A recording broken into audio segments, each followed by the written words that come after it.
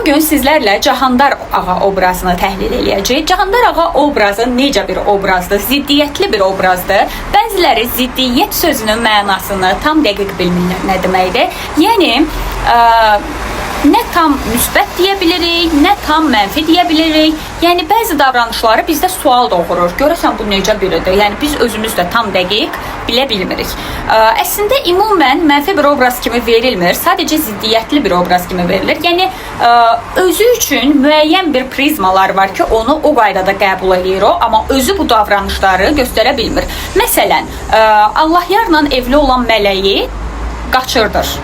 Yəni yoldaşı olan birini qaçırır, gətirir, amma özü bunu inanmıram ki, təbliğ eləsin. Yəni bu onun düşüncəsində öz əksini tapmayıb. Bunu düşünməyərəkdən eləyib o və orada peşmançılıq hissini biz görürük dəqiq bir şəkildə.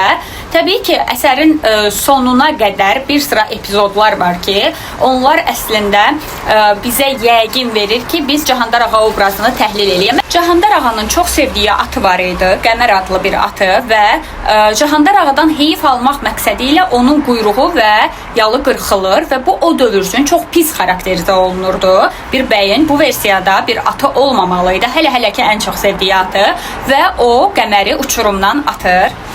Bunu qəbul eləmir.